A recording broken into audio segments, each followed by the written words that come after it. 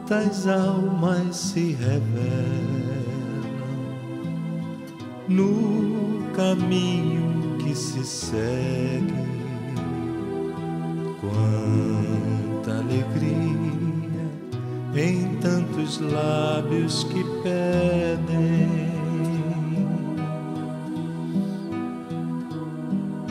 Quantas almas se revelam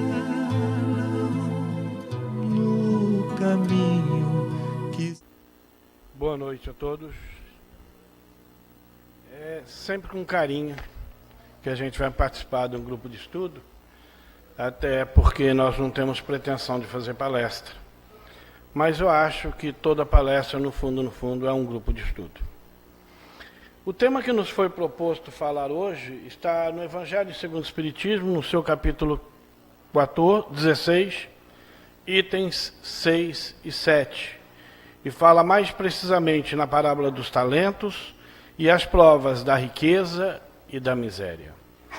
A parábola dos talentos, só para relembrarmos, é aquela que Jesus conta que um senhor, ele está para fazer uma viagem e ele transforma todos os seus bens em talentos. Chama alguns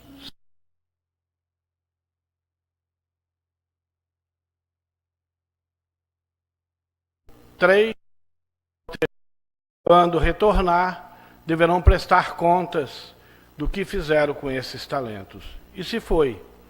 O primeiro, sabiamente, aplicou os 5, conseguiu mais 5.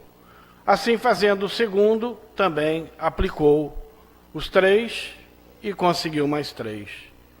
O terceiro, já conhecedor do próprio patrão, sabia que se ele aplicasse errado, ele seria responsabilizado, ele simplesmente guardou o talento.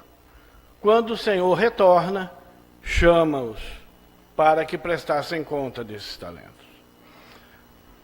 Ao primeiro e ao segundo que multiplicaram, ele parabeniza e diz que deverá ser restituído os talentos que eles receberam, acrescido daqueles que eles conseguiram, e, se fosse possível, que daria mais talentos a eles. E ao terceiro, que se justifica dizendo, com medo de aplicá-lo e fazer uma coisa errada, ele simplesmente o guardou para poder restituir tal como recebeu. E a este, o patrão, então, questiona, dizendo que ele foi um mau empregado, que ele deveria se preocupar melhor com aquilo que foi lhe dado, para que ele pudesse progredir e trazer o progresso para o próprio patrão. Ele diz então que já que ele não fez o que deveria, manda tirar o talento dele e manda mais ainda tudo aquilo que ele tem que deveria ser tirado. E ele usa aquela frase: a quem muito tem, mais será dado. A quem pouco, o pouco será tirado. E aí nós observamos, nesse estudo, que ele começa com a seguinte frase: ninguém pode servir a Deus e a Mamon, pois ou odiando um, amará o outro, ou aderindo a um, desprezará ao outro. Esta frase nos remete a uma comprovação de que nós vivemos o tempo todo entre dualidades: ser ou ter, fazer ou não fazer, evoluir ou regredir, crescer espiritualmente ou estagnar na ignorância espiritual. Ou seja, desde que nós encarnamos lá na primeira existência e continuamos nas nossas múltiplas encarnações, nós sempre vamos ter que tomar decisões. E essas decisões é que vão direcionar os nossos caminhos. Não adianta achar que não temos que tomar decisão, até porque o próprio Livro dos Espíritos ele é bem claro quando diz que ninguém está em cima do muro. Ou nós estamos de um lado, ou estamos do outro. Dizer que não fazemos o bem, mas também não fazemos o mal, nós fazemos o mal pela omissão de fazer o bem. Ou seja, se não fazemos o bem, permitimos que o mal se instale e assumimos esta responsabilidade. Na concepção espírita, talentos são tudo que nós necessitamos para a nossa própria evolução moral, tanto moral quanto material. E aí o que acontece? Quando nós observamos a palavra dos talentos já na concepção espírita, nós vamos ver que o Senhor, que Deus dá a cada um, na presente existência, experiências que lhe serão necessárias, segundo a capacidade de cada um, e vivenciá-las em proveito próprio, desenvolvida a partir de conceitos adquiridos anteriormente. Por que isso? Porque hoje nós somos reflexo do que fomos em todas as existências passadas. Nós somos como se fôssemos um arquivo vivo das nossas múltiplas experiências. Ou seja, tudo aquilo que fizemos no passado, de certo ou de errado, de alguma maneira fica arquivado no nosso subconsciente. E à medida que nós necessitamos, buscamos daquelas experiências para associá-las às novas. Aquilo que fizemos de errado no passado, temos oportunidade de corrigir. E à medida que vamos corrigindo, os arquivos negativos vão se apagando, ficando somente agregado em nós aquilo que podemos chamar de virtudes. O êxito ou fracasso depende da nossa vontade e do livre-arbítrio de cada um. Deus dá assim, através das suas leis, o frio conforme a coberta, já diz um dado popular. Quando nós falamos sobre a parábola dos talentos, nós vimos que o patrão deu os talentos a cada um e deixou que cada um tomasse as próprias decisões. Ou seja, ele não diz o que temos que fazer. Mas, pelas próprias leis divinas, nós sabemos que a lei do progresso e a lei da evolução, ela faz parte da nossa vida. Ou seja, nós temos que tomar decisões. Não podemos ficar sem tê-las. As decisões fazem parte da nossa vida. Por mais que às vezes diz, eu não gosto de tomar decisão, eu não gosto de dar palpite, eu não gosto de opinar, assim como nós dizemos, eu não gosto de política. Para mim, política é uma coisa... Na realidade, é um equívoco, porque a política faz parte do nosso cotidiano. Todas as nossas atitudes, nas nossas relações, dentro de casa, no trabalho, na escola, no próprio grupo espírita, todas essas relações, no fundo, elas são uma forma de política. A questão é saber usá-la, como nós podemos usá-la. Por isso, aquele que sofre experiências mais difíceis, aqueles que têm os talentos mais complicados, são aqueles que têm condição de vivenciá-los e trabalhá-los. Por quê? Nós sabemos que Deus não dá fardo a ombro que não possa carregar. Se nós conseguimos fazer, se nós temos capacidade a fazer, e se Deus confia em nós, Ele vai nos dar exatamente aquilo que nós precisamos fazer. A questão é que muitas das vezes na nossa vida, nós temos receios de errar. E esse receio faz parte de uma questão muito mais profunda, que é o orgulho e a vaidade. Nós não gostamos de errar. Nós temos medo de ser criticados. Então o que nós fazemos? Para não errar, também não tentamos nada. E sabemos que a vida, no fundo, é um laboratório em que nós aprendemos a partir de experiências. É tentando que nós fazemos o certo e, quando erramos, recebemos a oportunidade de fazer de novo, ou seja, se fizermos errado não deu certo, vamos fazer diferente. Um dia nós vamos aprender a fazer o correto. Se alguém perceber que eu estou ficando meio complicado assim para entender, é só fazer um sinal que a gente modifica a reflexão, tá ok?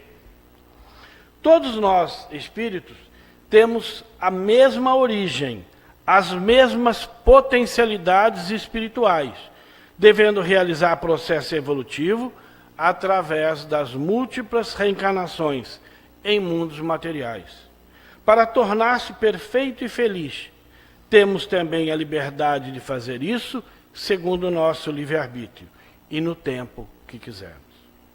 A questão do livre-arbítrio é que muitas das vezes nós não entendemos o que é livre-arbítrio. Achamos que livre-arbítrio é a liberdade que temos de tomar uma decisão e acabou, a liberdade é nossa. Nós fazemos aquilo que bem entendemos. Mas a própria doutrina, ela associa o livre-arbítrio à responsabilidade. Ou seja, temos livre-arbítrio para tomar decisões, mas seremos responsabilizados pelas decisões que tomamos. Faz parte do jogo. Ou seja, fazemos, assumimos. Às vezes, tomamos decisões equivocadas. E quando assumimos a responsabilidade, queremos jogar a responsabilidade para outrem, não querendo assumi-las. Mas sabemos que todos nós sempre responderemos pelos nossos atos, bons ou mal, durante esse desenvolvimento. E cada existência são oportunidades para que a gente possa ir paulatinamente corrigindo as coisas que nós ainda temos dificuldade de entender e tomarmos então um rumo baseado nas próprias leis de Deus. É a lei da evolução. Esse dia nós conversando num grupo de estudo na nossa casa, até a nossa casa ela chama nosso lar, mas não é nosso lar lá em cima não, tá? É o nosso lar aqui na terra mesmo. E alguém questionou sobre o momento que o mundo passa, né? Essa nova concepção de educação, onde as pessoas acham que não devemos questionar sobre problemas de sexualidade, de sexo, isso e aquilo, e diz, com todo o conhecimento espírita que nós temos, onde vamos chegar? Nós vamos chegar onde temos que chegar. Porque, na realidade, o planeta está passando por um processo de evolução. Ou seja, aqueles que se alinharem com as leis de Deus, aqueles que estiverem alinhados com o pensamento divino, no sentido do progresso, aqueles que entenderem perfeitamente quem somos nós, o que fazemos, as nossas responsabilidades, vamos seguir o nosso caminho. Aqueles que acham que está tudo errado, vão começar lá atrás de novo, não volta a começar do zero. Não é?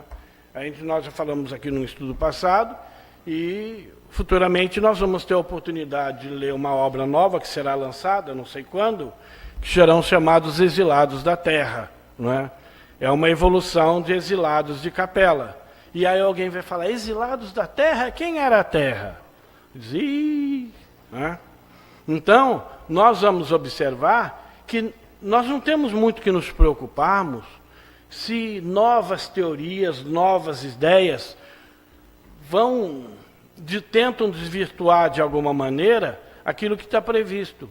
Porque nós sabemos que, acima de tudo, existe um controle muito eficaz, que é do Mestre Jesus, sobre tudo o que acontece na Terra.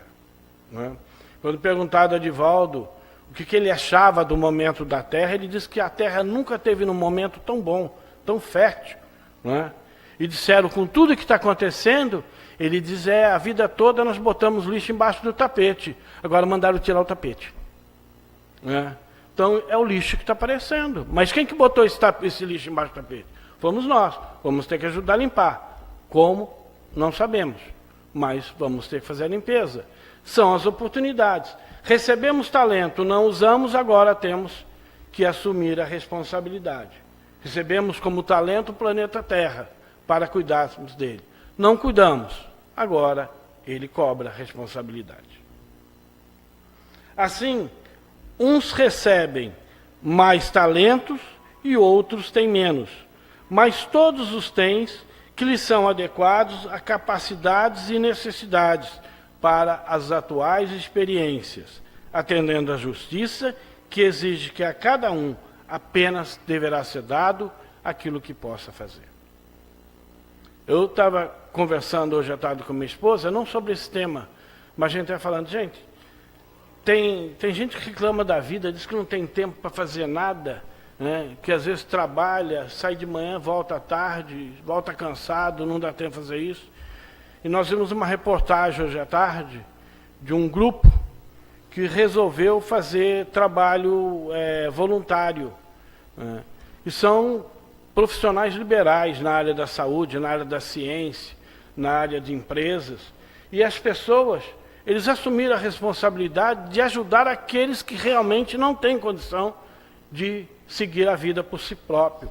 Então são médicos que estão dando consulta de madrugada, são psicólogos, são psiquiatras, são engenheiros, são empresários, ou seja, eles estão, fora o trabalho deles, eles estão encontrando tempo para fazer tudo isso.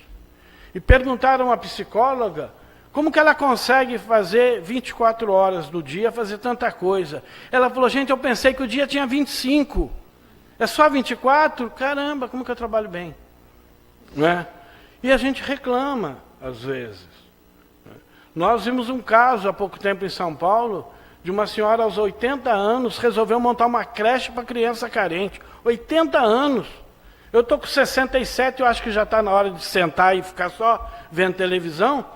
E ela monta uma creche. Né? Ainda bem que tem pouca criança, parece só 40.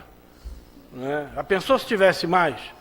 E ela fala com uma alegria, gente, enquanto eu tenho vida eu posso fazer alguma coisa. Já pensou se eu morrer e não fiz nada?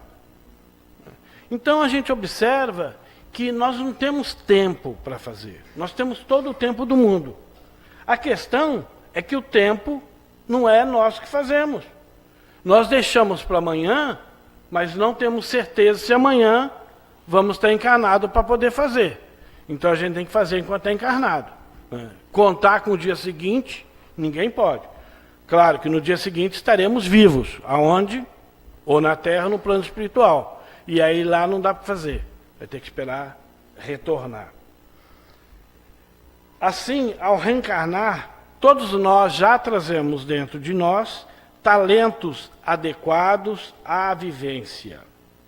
Esses talentos não são iguais para todos. Exatamente baseado nisso. Nós fomos criados da mesma maneira, simples e ignorantes. Mas não fomos criados todos ao mesmo tempo.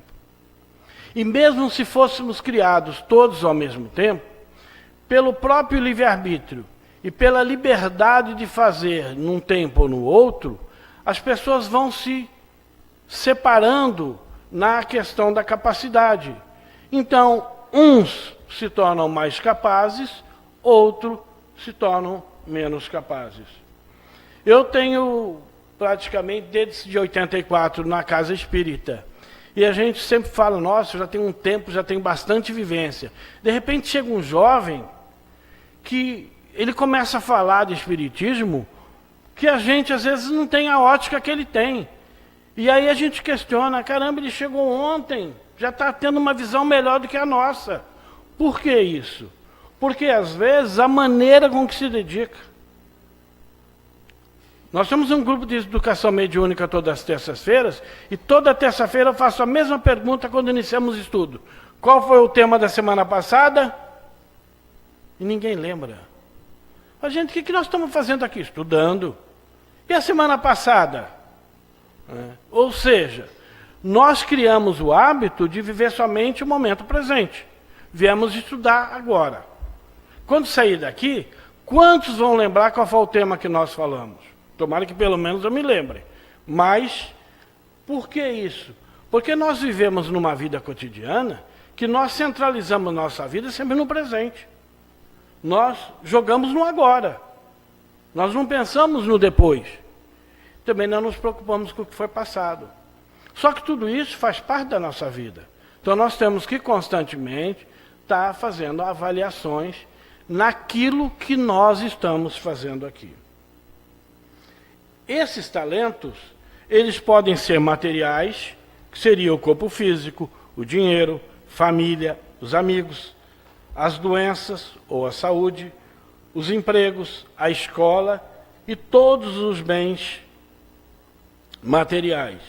E temos também os talentos espirituais, que seriam nível de inteligência, qualidades e habilidades para desenvolvimento moral, conhecimentos e vocações. Nós falamos em nível de inteligência. Tem gente que fala assim, fulano é mais inteligente do que o outro. Não. Ninguém é mais inteligente. A partir do entendimento da questão 76 do Livro dos Espíritos, em que os Espíritos dizem a Kardec, de uma pergunta que Kardec faz, quem são os Espíritos?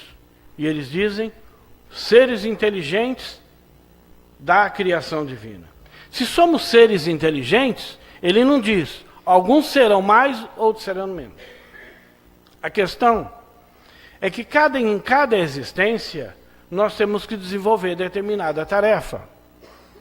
Uns virão com uma possibilidade maior no campo intelectual. Ou seja, tem mais facilidade do uso da inteligência. Outros têm menos. É de acordo com a maneira em que nós vamos vivendo. Se nós usamos a nossa inteligência para o bem, vamos ter uma parcela maior de inteligência para continuarmos trabalhando para o bem. Se usamos a nossa inteligência para o mal, na próxima, alguma coisa vai faltar. Por quê? Faz parte da lei. Não é? A quem muito é dado, mais será dado ainda. A quem foi dado e não foi usado, tira-se e tira até o pouco que não tem. Ou seja, não soubemos usar a parcela da inteligência que nos foi dado, nós voltamos numa outra existência com uma parcela menor de acesso. A inteligência está toda aqui. A questão é saber usar. Por isso que tem pessoas que têm habilidades que outros não têm. Um tem habilidade para arte, outros não têm. Um tem habilidade para ensinar, para falar, outro só tem habilidade para ouvir, mas cada um tem da sua habilidade. Por isso nós falamos de nível de inteligência. A cada existência, nós cumprimos uma tarefa. É que nem uma criança na sala de aula. Cada ano ele cumpre uma tarefa, no final do ano, se foi aprovado, ele passa para um ano seguinte e vai até se formar. Estou dando para me fazer entender? Ou está complicado? Ora, usá-los em favor próprio e em benefício dos outros é evoluir com mais maturidade, mais segurança, mais equilíbrio, conseguindo paz. Recebendo assim sempre novos talentos no decorrer da nossa evolução. Ora, se tudo aquilo que Deus nos dá, nós utilizamos bem, ele adquire mais confiança. Quem é empresário sabe disso, quem é pai, quem é mãe sabe disso, quem é professor sabe disso. À medida em que o educando, ele vai mostrando maior facilidade, maior capacidade de corresponder às nossas ansiedades, maior confiança nós vamos adquirindo e vamos dando uma carga maior, porque nós sabemos que eles são capazes. Mas se nós percebemos que eles têm dificuldade, nós vamos dar um pouco menos de trabalho. Ou seja, nós que não somos tão evoluídos assim, já observamos isso, imagine Deus, não é? Que nos criou e que nos conhece desde o início e sabe até onde nós iremos chegar. Usá-lo somente. Quando eu falei usar em próprio benefício, não é usar em benefício próprio para satisfazer as próprias necessidades, porque ela já tem uma outra interpretação. Claro, usar em benefício próprio. Tudo que nos é dado no campo material, nós temos que usá-los, saber utilizar. Temos que saber utilizar bem o corpo, temos que saber utilizar bem aquilo que nós temos. Faz parte da lei do progresso. Agora, usá-los somente para a satisfação de desejos egoístas, causando sofrimentos a um, prejudicando a outros, omitindo-se no bem, não usando seus talentos, é criar dor e sofrimentos, até cansado de sofrer, arrepende-se e clama pelo Pai. Quando nós lemos aqui no estudo do Evangelho, e hoje praticamente é um estudo do Evangelho, a gente lê essa questão aqui, usar somente para satisfazer desejos egoístas, causar sofrimento nos outros, prejudicando-os, omitindo-se no bem, não usando os talentos, vamos criar dor e sofrimentos para nós próprios. Eu vou ficar preocupado se lá em Brasília o pessoal está usando dinheiro que não é dele, se estão usando... Vou ficar preocupado por quê? Cada um tem um livre-arbítrio de fazer aquilo que quer, mas não vai assumir a responsabilidade? Vai assumir. Quando nós vemos, eu tive a oportunidade de, pela Marinha, viajar na África, que a gente vê áreas miseráveis, né? Meu filho teve agora, passou 5 meses no Haiti, e ele falou, pai, nada que a gente imagina no mundo se compara ao Haiti. Está uma miséria, porque ela não dá para... É indescritível, ele falou. Todas as reportagens que a gente vê, esses artistas que fazem programa lá mostrando Haiti, tudo aquilo ele só é fachada, né? Eles não mostram a realidade. Mas a gente, quando vê aquela realidade, se questiona Deus. E ele diz, feliz sou eu que tive conhecimento da doutrina espírita, no processo de evangelização, e eu sei que aquilo ali é necessário. Ainda é necessário. Não é? Por pior que a gente fala, gente, mas é muita miséria. Mas é muita roubalheira também. É muito desvio de recursos públicos. É muita gente criando problemas para os outros. São essas pessoas que vão assumir a responsabilidade.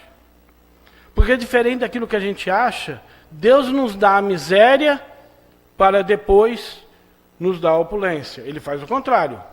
Primeiro ele nos dá os melhores meios e depois ele tira. Ou seja, quando nós avaliamos, isso faz parte de uma reflexão dentro de um grupo de estudo, numa casa espírita, nós não vamos falar isso do portão para fora. A gente observa que toda essa miséria que acontece é fruto da não sabedoria de usar os talentos que foram dados. Daí Jesus dizer, o mal ainda é necessário, mas ai daquele que se fizer instrumento do mal.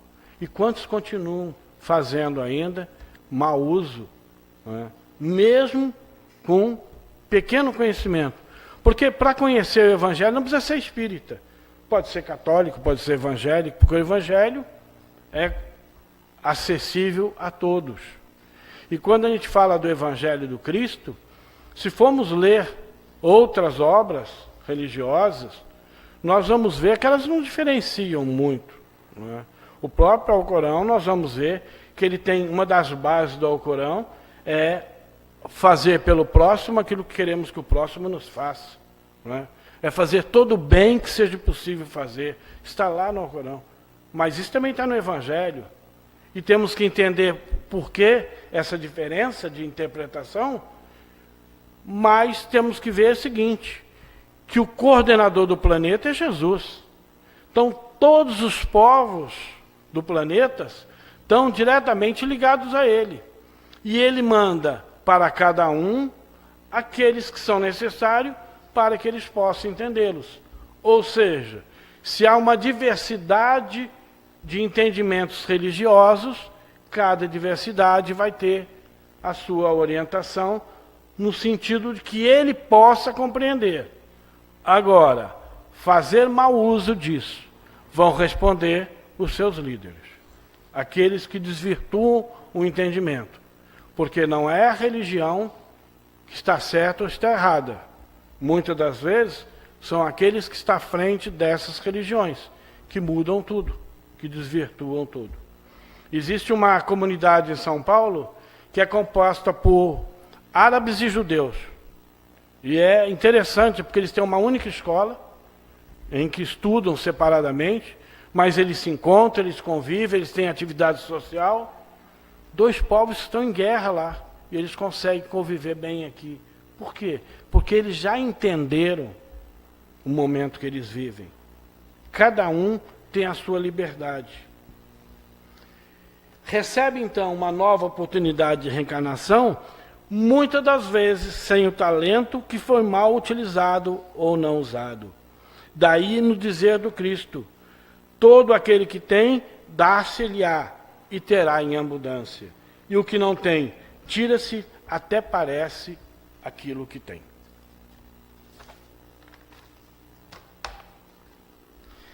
Neste contexto, nós vamos encontrar uma outra dualidade. Lembra que eu falei que tudo na vida é dualidade? Nós sempre temos dois caminhos.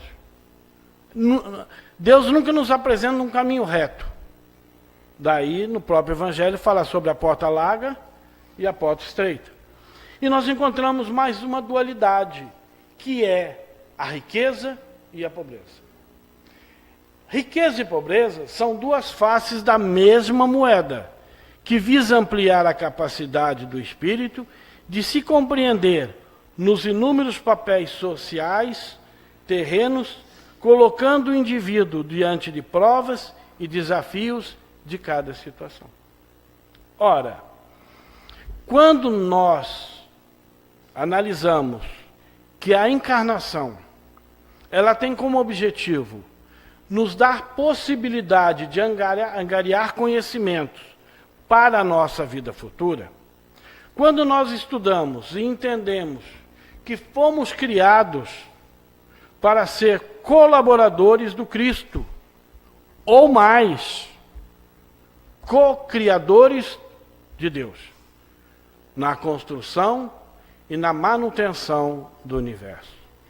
Nós observamos que nós estamos sendo preparados não para pequenas tarefas, mas para grandes tarefas. E essa possibilidade que nós temos é de adquirir conhecimento em todos os campos da sociedade, para que, quando atingirmos uma maturidade espiritual e pudermos assumir uma responsabilidade muito maior, nós temos que conhecer tudo aquilo que faz parte de uma humanidade. Deus nos criou para viver em sociedade. Somos seres sociáveis. Não fomos criados para viver no isolamento.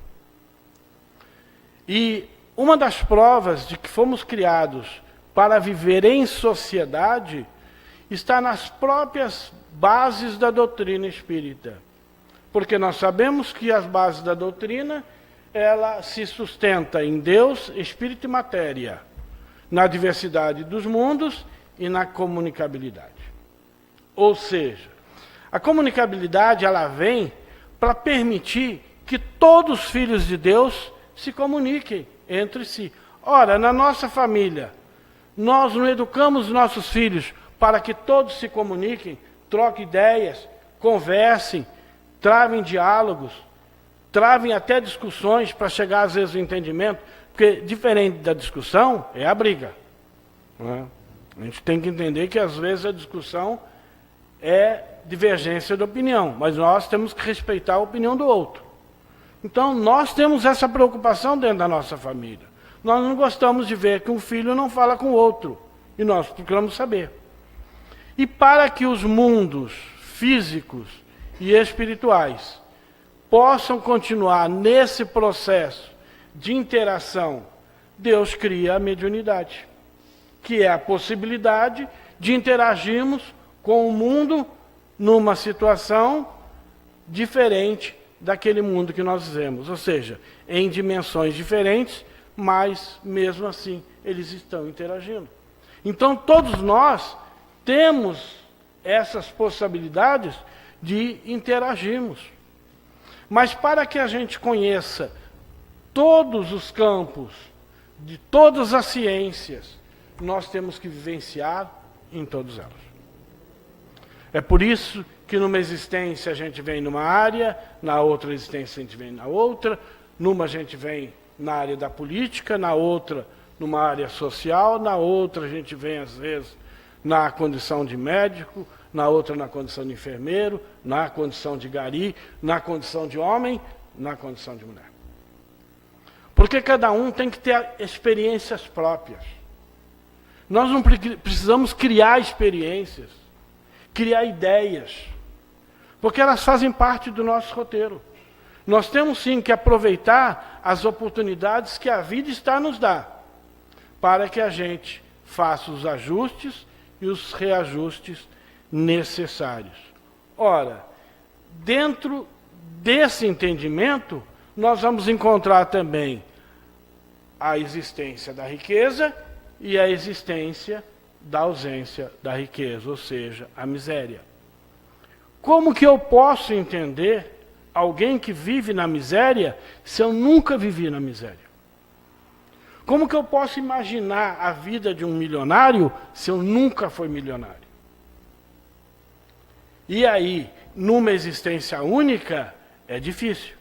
E aí cada um busca conseguir aquilo que não tem direito, ou que não tem acesso. E busca, então, tomar à força aquilo que o outro tem. É por isso que nós vemos grande parte dos crimes, por incrível que pareça, principalmente dos roubos, eles são causados porque todos, no fundo, querem ser felizes. Tem gente que acha que ser feliz é ter uma roupa de marca, é ter um celular novo, é ter um carro novo, é ter uma casa boa. E se não consegue, ele vai buscar os meios para conseguir. Está agindo de maneira errada. Mas, no fundo, ele só tem um objetivo. Né? Falta de uma orientação. E a gente, às vezes, não se preocupa quando observamos desvios de conduta dentro da nossa própria família. Eu tenho um neto que está com 1 ano e 2 meses, está numa creche, lá em Caçapava, no interior de São Paulo. E meu filho, até por ter não pela educação que teve em casa, mas graças a Deus ele teve uma vivência dentro da casa espírita, fez evangelização, fez tudo, ele tem uma cabeça boa para o entendimento. E ele tem muita preocupação com a educação do filho. E esse dia o garoto chegou da creche, eu fui extremamente contra, eles colocaram o garoto de 1 ano numa creche, e hoje eu acho que muito bom, porque ele vive dentro de um apartamento. Ele mora num condomínio, num apartamento. E na creche, pelo menos, ele vive. E ele evoluiu muito. Não estou fazendo propaganda de creche, não, tá, gente? Mas às vezes a gente condena, mas às vezes... Ou seja, para ele é melhor. Né? Até a minha esposa fala, mas a minha nora fica dentro de casa enquanto ele está na creche. Né? Mas ele está convivendo com outras crianças. Dentro de casa ele só fica vendo televisão, porque mora num apartamento. Mas ele chegou esses dias, virou para o meu filho e fez assim, pá, pá, pá, pá, pá. Aí meu filho falou, opa! Não questionou, não falou nada. Foi na creche perguntar para a professora. Ela falou, eu não percebi não, mas nós vamos prestar atenção. Porque se ele convive só em casa e aqui, e os desenhos que ele vê praticamente são desenhos, a não ser novela, que a gente às vezes não... Mas ele viu isso em alguma coisa. Ou seja, já chama atenção. Por que chama atenção? Porque pode ser algo corriqueiro. Mas podem ser tendências do passado. E ao ser fortalecido, eles podem vir à tona. Então, a observação. Agora, quando nós falamos de prova da miséria e da riqueza, nós temos que orientar os nossos filhos a viver dentro daquilo que eles têm. Mas, ao mesmo tempo, não temos que incentivá-los sobre aquilo que eles não têm. Nós temos que orientá-los. Porque se nós observarmos, para uma criança, não existe diferença entre o rico e o pobre. A criança convive normalmente. Os pais é que direcionam os filhos. Olha, aqueles coleguinhas ali não são muito bons, não. Eles moram ali numa comunidade. Eles devem ter lá, ver coisa que não deve, vai passar para você. Ou seja, em vez de se preocupar com a educação, se quer direcionar a criança aquilo que nós queremos, ou que nós achamos errado. É transferência. Nós transferimos para os nossos filhos as nossas frustrações, os nossos medos, os nossos temores, e esquecemos de dar a eles liberdade para que eles aprendam a viver no mundo de hoje. Nós não podemos condenar a sociedade porque a sociedade está doente. O que nós temos que fazer é impedir que aqueles nossos se adoeçam na participação da sociedade. Porque a sociedade um dia ela vai encontrar o próprio caminho. Então viver numa existência, na riqueza ou na miséria, faz parte desse processo. no processo de evolução. Ora, Deus nos dá a riqueza para que a gente aprenda a fazer da riqueza meios de evoluir. E depois, Ele pode nos dar a prova da miséria, para que a gente valorize aquilo que tivemos. Ou seja, são os dois lados da moeda. Entendemos esse processo, não é? Como que nós podemos entender algo que desconhecemos? Eu fui supervisor na Marinha há muitos anos e eu sempre tive uma teoria que eu passava para as pessoas que eu dava aula às vezes. Nós só podemos mandar fazer aquilo que primeiro sabemos fazer. Se não soubermos fazer, vamos aprender, para depois mandar. Não é? E aí se criou, não tem ninguém da Marinha nativa aqui não, né? Lá dentro da Marinha se criou um slogan que diz: quem sabe faz, quem não sabe manda. Não é? Mas é uma realidade que nós vemos em situação de um processo que se chama autoritarismo, que muitas das vezes nós deixamos de ter autoridade para ser autoritário. Autoridade é necessário que tenhamos, mas ser autoritário é outra situação. E aí, o que acontece? Nós começamos a achar que nascer na riqueza é privilégio. E nascer na miséria é o quê? Aí quando diz, graças a Deus eu nasci numa família boa, não falta nada. E quem nasce numa família que falta tudo? É graças a quem? É graças a Deus também. Não é? Só que esse que tem essa visão hoje, ele vai viver no futuro numa situação diferente dessa. Por isso nós observamos que na prática, essa questão a visão da riqueza e da miséria, ela é tão mal compreendida que nós vemos ricos felizes, mas achamos muitos ricos infelizes. Vemos pobres felizes e pobres infelizes. Ou seja, não é a condição financeira que torna o indivíduo melhor ou pior. Isso faz parte do próprio indivíduo.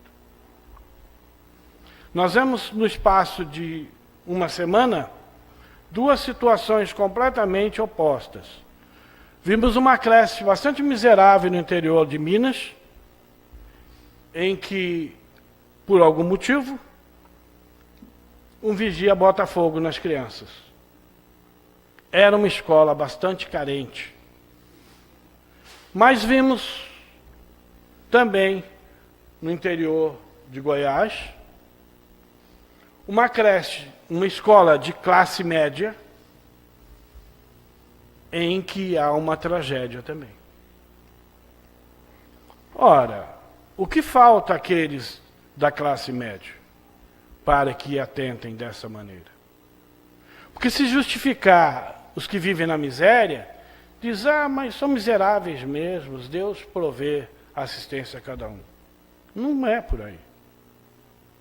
Porque não é numa situação ou na outra que vai justificar a questão do indivíduo. É na educação, é no caráter. Uma mãe disse essa semana que o fato de se achar que o garoto que cometeu o crime lá em Goiás sofria bullying justificava, ela fala, não justifica. Claro que não justifica. Mas, infelizmente, muitos de nós, na condição de pais, tomamos conhecimento e, às vezes, até incentivamos e achamos que é coisa pequena. Eu vou dar um exemplo a vocês de um fato que eu conheci, tomei conhecimento de São Pedro Aldeia. Tem uma garota de 9 anos que ela tem um amiguinho que mora em São Pedro. E ela mora no Rio e o garoto mora aqui em São Pedro, num condomínio. E ela comentando com alguém da família, falou, eu não quero mais brincar com fulano. Por quê? Para mim ele é um menino, mas tem hora que eu não sei se ele é menino ou menina. Porque ele quer brincar com as minhas bonecas, está tudo errado. Mas ela, com a cabeça de 9, 10 anos, ela ainda não tem concepção para usar a expressão está tudo errado. E aí ela usou uma expressão em relação ao nome do garoto. O garoto chama Guilherme. E ela falou, eu não sei se ele é Guilherme ou Guilhermina. E eu questionei pessoas próximas, de onde ela tirou isso? Os pais, na brincadeira, falou, mas minha filha, ele é um Guilherme ou uma Guilhermina? Isso é bullying. Porque está dando a ela uma expressão que ela pode usar e vai ofender o outro. E nós condenamos. Porque na questão da família, na questão da sociedade, nós muitas das vezes não observamos as nossas responsabilidades. Eu li um artigo de uma delegada ontem que aparentemente chocou um pouco. O artigo dizia, assinado por essa delegada, diz o seguinte: existem muitos pais, e pai não é pai, pais. Né? Depois da era do governo passado, que é pai, agora é ele e ela, mas os pais. Existem muitos pais pedófilos que desconhecem e poderão responder na justiça por isso. Espera aí. Como é que a pessoa é e não sabe? E aí eu fui ler o artigo para entender por que essa delegada faz uma coisa dessa. Ela diz, muitos pais não estão observando o que seus filhos fazem com o celular deles. Diz, tem muita criança batendo foto, trocando foto, nuas. Crianças, entre as redes. Elas batem e trocam fotos nuas.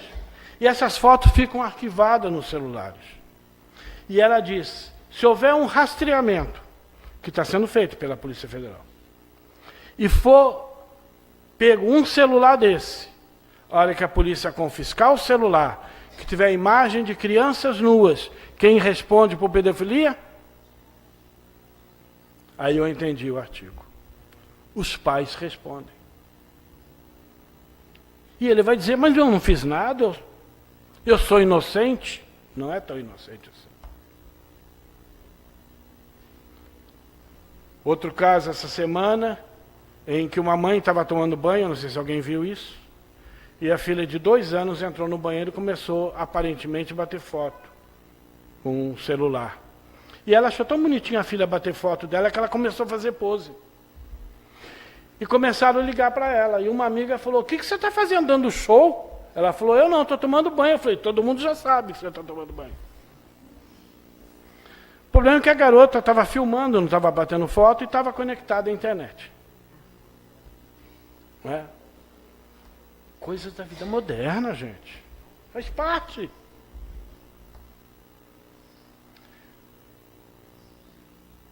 A ideia de voto de pobreza, que foi traduzido por muitas religiões, pregava que os fiéis deviam dar tudo que tivessem para angariar espaço no céu. O Espiritismo esclarece que ninguém está destinado a viver definitivamente na miséria. Porque existe uma lei que se chama lei do progresso. Todos nós vamos progredir. Nos mundos mais evoluídos, não haverá miséria. Pode haver pobreza, mas não haverá miséria. Porque a pobreza está muito mais associada à questão do espírito. A miséria em relação à questão social. Bem-aventurados são os pobres de espírito. Não é? Então, esses pobres de espíritos haverão. A miséria não. Faz parte da evolução. Mas todos nós temos que entender que dentro desse processo, riqueza e existência é algo transitório. Ninguém está afadado nenhuma nem na outra. A prova da riqueza, e aí tá é uma questão que é feita lá no Livro dos Espíritos, na 815, em que ele pergunta, qual das duas é a mais complicada, a mais difícil? E os Espíritos respondem, tanto uma quanto outra. Porque uma provoca lamentação contra Deus, e a outra estimula todos os excessos. Quanto mais temos, mais queremos. É incrível isso. Um dia a gente refletindo, até em família, sobre isso, e aí é uma coisa bastante pessoal, eu entrei na Marinha e eu ganhava X. E meu sonho era ser promovido, porque promoção melhora salário, melhora a qualidade de vida. E isso aconteceu durante toda a minha vida. Mas sempre achando que o que ganhava não dava. E um dia paramos para analisar, peraí, tem alguma coisa errada. Hoje eu vivo muito melhor do que eu vivia antes, mas eu sempre acho que não está bom. Diferentemente da ideia que nós temos que pensar o seguinte, nós sempre precisamos melhorar, faz parte da lei. Se nós temos condição de progredir de maneira honesta, vamos progredir. Cada um recebe aquilo que precisa. É a lei da vida. A prova da riqueza, ela tem essa facilidade de estimular os excessos. E a prova da miséria, estimular a rebeldia. Porque muitas das vezes nós achamos o seguinte, mas fulano tem tanto.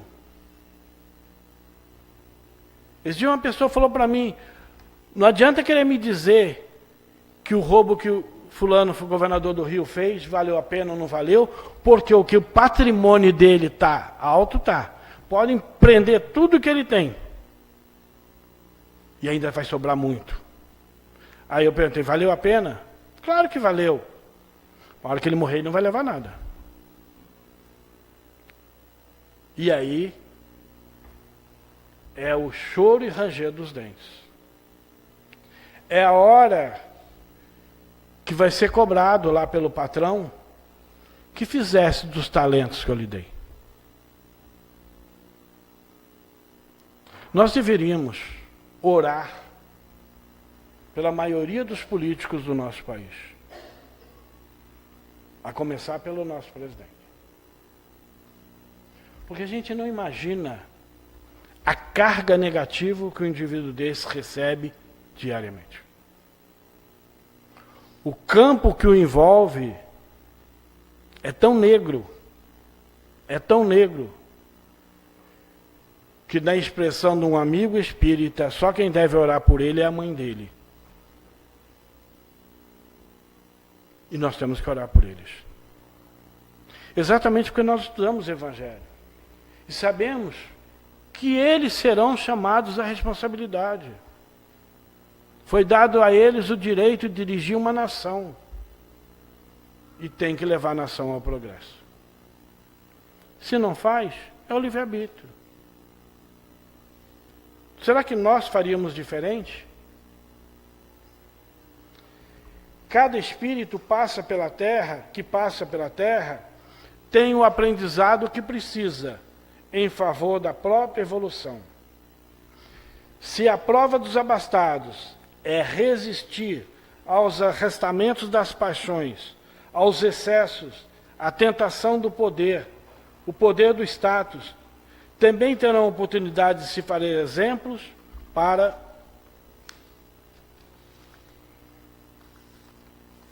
os demais, através de uma conduta reta e dignificante. Ao que nasce na pobreza, é dado aprender o valor do trabalho árduo, resistir às tentações do ganho fácil, descobrir valores reais que valem ao espírito. E não raro se vê entre os pobres as mais dignas demonstrações de solidariedade. Se a gente analisar os maiores exemplos de pessoas que se dedicaram verdadeiramente a se preocupar com o outro, nós vamos encontrar muito mais pobres do que ricos. Porque esses souberam dar valor aos talentos que receberam. Fica essa reflexão para que a gente faça em cima do Evangelho. Claro, nós não fechamos questão, até porque não temos condição de fazê-lo, mas que a gente possa, a cada oportunidade, observar, antes de fazer uma crítica, antes de analisar se está certo ou está errado, vamos pegar no nosso Evangelho, que sempre tem um parâmetro correlato, para que a gente entenda a situação que vivemos e como temos que proceder. Muito obrigado a todos.